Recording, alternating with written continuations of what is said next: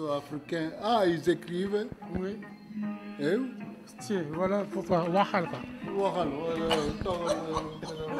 Ah mais c'est un papier que Raphaël avait Ah oui. dans les années 1987. 1987. Mais que d'émotion, non? Non. Parce que Raphaël, tu sais, tu te rappelles, Bouya, c'est lui. Et moi, dans ce papier, dans ce journal, j'avais écrit ça. Des tirailleurs sénégalais au black et machin. Et Bouya avait eu la gentillesse de présenter mon bouquin, là, c'était là. C'est mon premier livre. Ah. Mais il est là, non? Non, là, c'était l'État Abdou.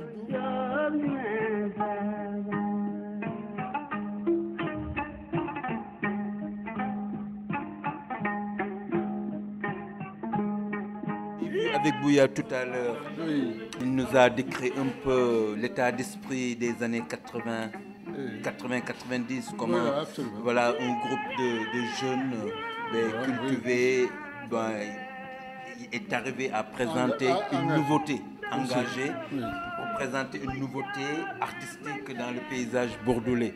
Bon, il y a les arts, mais aussi il y a les écrits. Et en face, il y a Raphaël, il y a Marfal, Feu Sori Camara. Pour vous, là, revoir vos écrits, revoir cette production aujourd'hui, qu'est-ce que ça vous fait? Ça vous rajeunit? Moi, ça me donne une très, très, très grande force. C'est ce que je disais à Raphaël, on a envie, en discutant, on va faire quelque chose ensemble.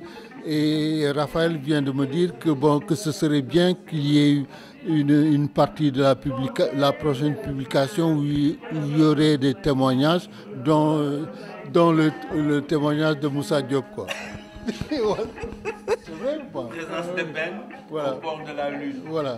Mais il se cache alors qu'il est généralement bavard. Hein? Non, mais c'est lui. Non, mais c'est vrai que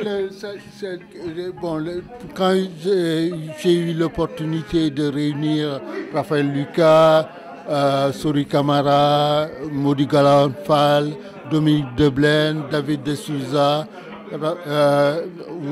Dragos, Ouedrago et tout ça. Et donc, moi, je me suis dit, voilà, on va le faire. Et on a enfin réussi quelque chose dont je suis fier. Et Raphaël pense comme moi. Il faut peut-être continuer sur une autre forme. Et une autre forme, c'est une des propositions de Raphaël, qu'on intègre des témoignages dont Moussa, dont des acteurs qui sont importants, avec en tous les cas, une envie de présenter quelque chose qui est de l'ordre de nos présences respectives, avec nos divergences, nos difficultés, nos engueulades et tout ça. Raphaël. Mamad Saleh. Oui. Un de ces films qui m'a donné des frayeurs lors de l'hommage à Noyan Kabi. Je pense que Bordeaux après Africa. cette époque, voilà, Bordeaux Africa. 1995. 1995, donc c'était beaucoup plus récent que cette... Ah si, c'est 1980-1990. Donc le film de Mohamed Saleh s'inscrit très bien et donc on va le présenter prochainement. Très bien. C'est 1995. Donc c'est pile poil dans les trucs. Mais donc 1995, 2001, 2002, 2021, pardon, 2022, il faut quand même essayer de réactualiser les pensées, réactualiser, disons, l'évolution. Absolument. C'est-à-dire que le projet qu'on vient de discuter avec Raphaël Lucas s'inscrit justement dans le prolongement de cette... Voilà. Et on a envie, avec Omar Diallo, avec Bouya, avec Bala et tout ça, de nous inscrire dans des choses.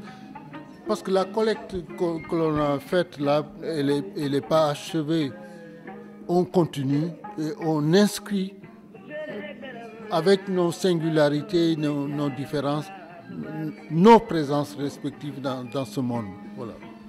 Dans ce monde qui appartient à ceux-là qui veulent se rendre visibles avec leur mode de pensée.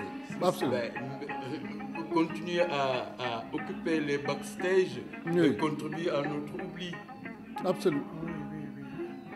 Mais parle. Non, c'est... Je suis tout à fait dans l'idée de la présence. Parce que celui qui est absent, on l'oublie. Voilà. Et son existence, si elle n'est pas visible, on n'en tient pas compte. D'ailleurs, on dit bien en français, les absents ont toujours tort. Non, je suis pour la présence. D'ailleurs, je me rappelle même l'initiative de la revue Présence africaine. C'était déjà l'idée d'une présence que je retrouve dans une initiative de Marfal, présence d'ébène au port de la Lune. Et qu'on n'est pas là seulement pour travailler. On est là aussi pour laisser des témoignages et pour marquer notre présence de manière culturelle aussi. Et donc, comme disait Mar, je lui emprunte la formule, il faut toujours reconfigurer notre présence. Et d'autant plus, par contre, moi, il y a juste quelque chose qui m'a quand même frappé quand je regarde cette exposition, c'était comment il y avait une abondance de production dans les années 80-90 et que la décennie 2010-2020 n'a pas suivi. Voilà, il y a juste ça qui me frappe. Et c'est une question à laquelle il faudra qu'on réfléchisse. J'allais m'empresser pour dire que ce serait un problème générationnel d'idées, de perception, de projection, mais je crois que ça peut être, c'est actif quand même. Il faut réfléchir pour comprendre le pourquoi. Parce que bon, plus on va, la société de consommation nous happe. Les gens n'ont plus le temps. Comme vous l'aviez, j'ose croire que vous passiez des soirées entières à réfléchir, à débattre. Mais aujourd'hui, ça pourrait être compliqué avec TikTok, WhatsApp. Non, mais à la fois, bon, il y a une histoire de génération. Mais il ne faut pas non plus se tromper de combat. C'est que nos enfants produisent à leur façon. Ils produisent dans un contexte qui leur est propre, qui est différent du nôtre, des années 70, 80, 90 et tout ça. Là, il y a autre chose. Les enjeux se sont peut-être déplacés. Et peut-être que, bon, voilà, il faut aussi leur poser la question. Présence de Bouya. Oh non, mais attends. Il y a quelque chose qui, pour moi, enfin, une expression qui symbolise cette époque, puisqu'on produisait beaucoup. Oui, c'est les productions africaines. African production. C'était, en fait, le mot africain était associé à la production. Parce que maintenant, j'ai l'impression qu'il y a davantage de consommation. Et de reproduction. De consommation et reproduction. Alors, je ne sais pas si c'est parce qu'il y a eu un problème de transmission ou si c'est parce que la société de consommation, qui, de toute façon, elle cannibalise tout. Elle cannibalise les valeurs, les familles, les solidarités. Il y a tout un travail, un processus de cannibalisation qui est fait par la société de consommation. Je me demande si nous aussi, à notre tour, on ne serait pas victime de ça aussi. Je me pose la question.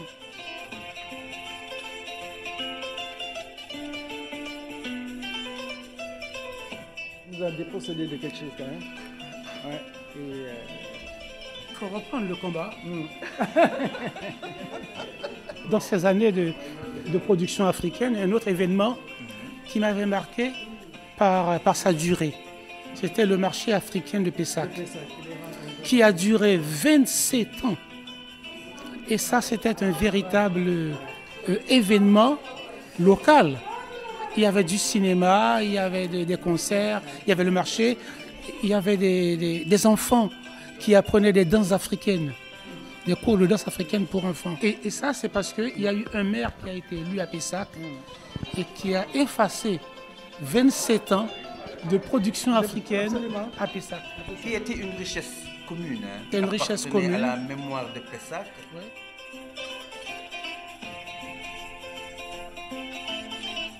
Comme il le dit, les rencontres africaines de Pessac, je pense qu'il y a plusieurs générations.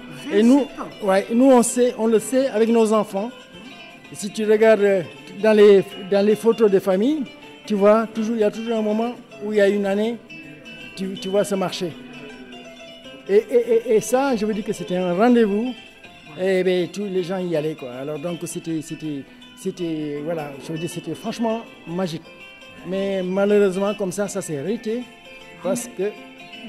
Je me demande s'il ne serait pas possible, soit ce nom ou leur nom, refaire ce genre d'événement. À ce nom, oui, peut-être parce qu'il y a eu un moment avec Sénéfesti, on a un peu rêvé à ça, Sénéfesti de l'Union des travailleurs sénégalais. Malheureusement, comme tu dis, c'est pas, si tu veux, en fait, Pessac, c'était une équipe réduite qui gérait ça. Et malheureusement, à ce nom, Sénéfesti, c'est une association mais très ouverte, mais où tout se décidait de manière, comment dire, au niveau des assemblées générales et que ça n'a pas été forcément positif parce que je veux dire que ce festival a eu beaucoup de difficultés aussi à cause des décisions qui étaient prises dans ces... Voilà. Et c'est dommage parce que en fait, c'était quand même un rendez-vous aussi qui commençait justement à rassembler non seulement les Africains, mais d'autres communautés et tout le monde, et même les institutionnels, adhéraient à cette manifestation, quoi. Mais malheureusement, si tu veux, par des décisions en fait, prises au niveau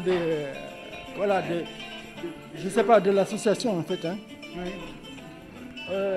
les choses se sont arrêtées. Voilà.